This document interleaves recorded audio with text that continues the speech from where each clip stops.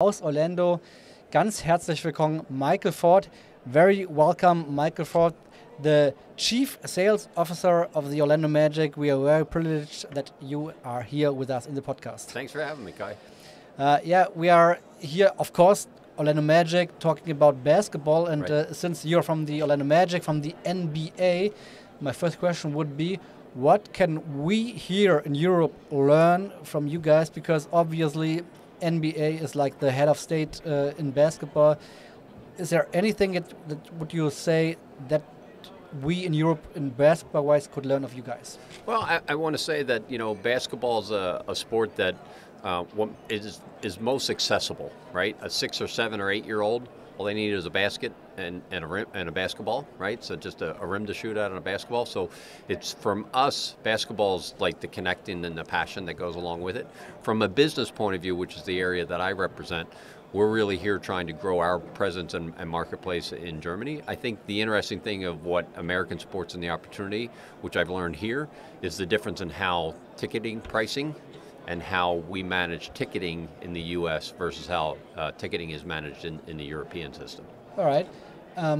I really like basketball, so of course I know the Orlando Magic. However, I would say that in the global market, the brand of the Orlando Magic probably, I don't know if you would disagree, has some space to go to rise a little Sure. bit. For example, I guess all people in the world know LA Lakers. Right. So your job is it to establish the brand even more, right? Correct. So what is your, how will you do that? So it really is trying to build fans of the team. Some of that comes from on-court success, right? Naturally, fans want to follow teams that are doing very well. So I think the on-court success is an important part of that opportunity.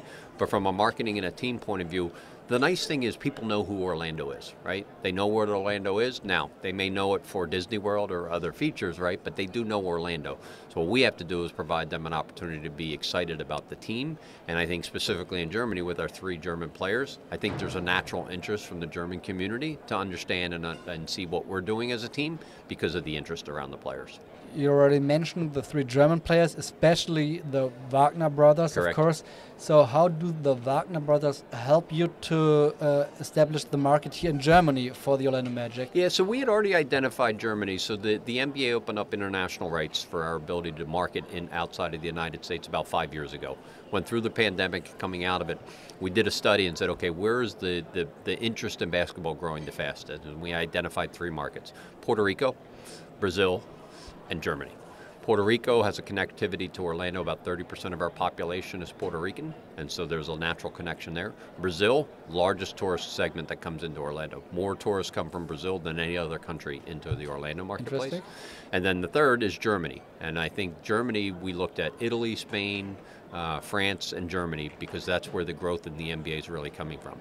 Believe it or not, fastest growing market for the NBA is here in Germany. Here in Germany? Here in Germany. So for League Pass, which is where you can sign up to see all of the games, it's growing faster in League Pass than any other country in the world.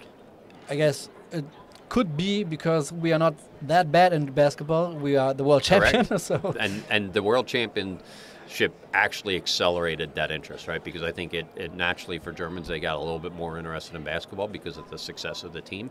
We were the beneficiary of that when you have 2 of the Wagner brothers playing for that national championship team.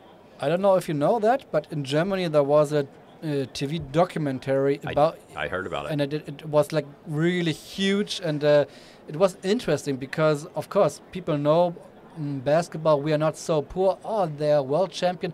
Football is way bigger, Right. but since I think Franz Wagner probably is one of the biggest sports stars in Germany. However, no one really knows him, which is strange because he's so successful.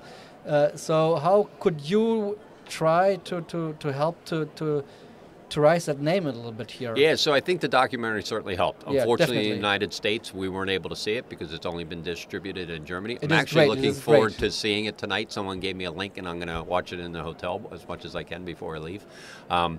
The other thing is Franz is actually continuing to rise in interest around him. The #1 jersey sold by an NBA player in Germany, Franz Wagner.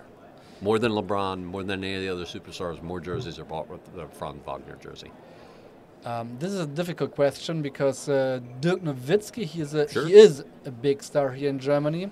Franz Wagner is on the way to become a big Correct. star. Would you I know that business is your field, but in sports, would you think or say that that Franz Wagner has the capacity to be the successor of Dirk Nowitzki? Absolutely, absolutely. I mean, his quality of play, like last night, for instance, he came back from an injury, he had 31 points last night. He is a superstar.